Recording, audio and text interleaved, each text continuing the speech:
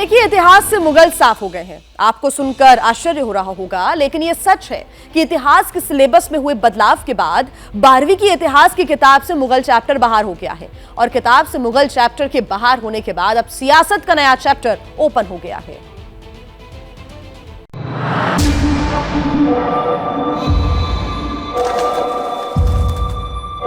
जब कोई जाति, जब कोई समुदाय अपने स्वयं के स्वत्व को खो देता है, जिन्होंने इस देश को लूटा है, जो देश की संस्कृति को जिन्होंने नष्ट किया है,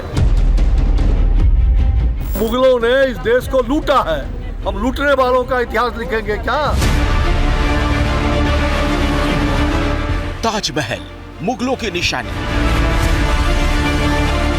आगरा का लाल किला मुगल काल का बना, फतेहपुर सीकरी मुगल काली, अकबर का मकबरा मुगलों के दौर का। उत्तर प्रदेश में मुगल काल के ऐसे कई स्मारक हैं जो सैलानियों को आज भी खूब लुभाते हैं। लेकिन इन स्मारकों की मौजूदगी के बीच योगी सरकार ने यूपी में पढ़ाई जाने वाली इतिहास की किताबों से मुगलों का नामो निशान मिटा दिया है। 12वीं की किताब से मुगल काल वाला चैप्टर हटा दिया गया। 11वीं की किताब से इस्लाम का उदय, संस्कृतियों में टकराव, औद्योगिक क्रांति, समय की शुरुआत जैसे पाठ हटाए गए हैं।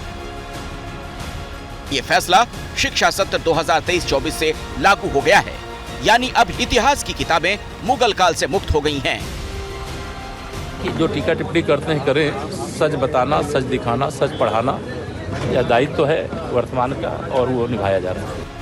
इतिहास, और वो भी खास तौर पर मुगलों के इतिहास को लेकर योगी आदित्यनाथ का नजरिया बेहद साफ रहा है।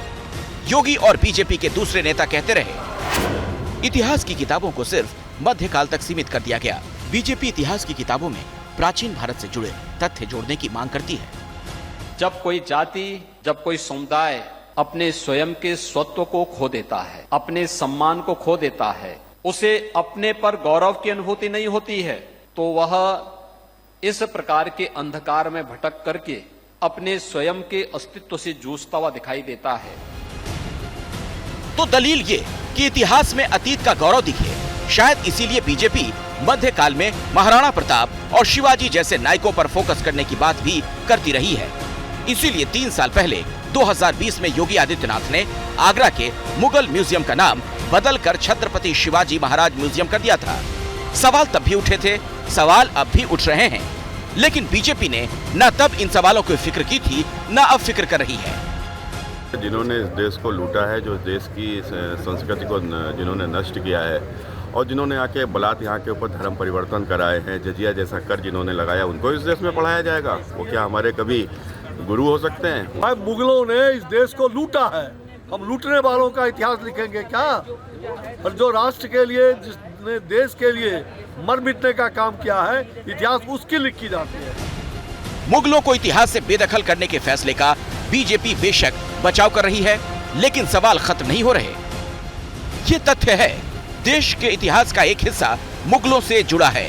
देश की संस्कृति, खान पान पर मुगलों का असर रहा।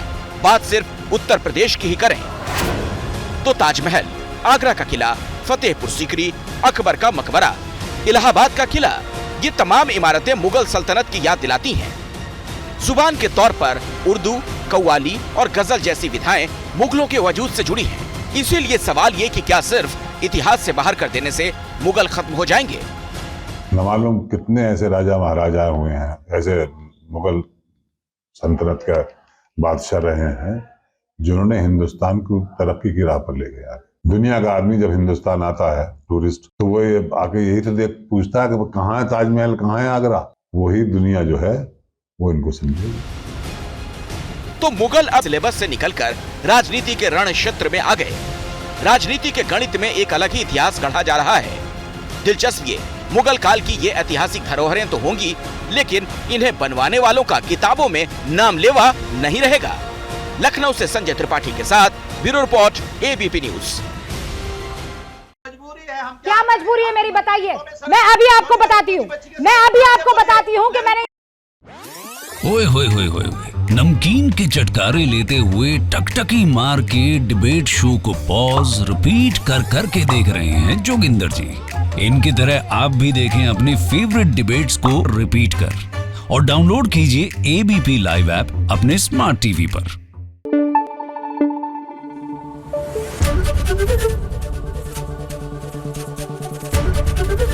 एबीपी न्यूज आपको रखे आगे।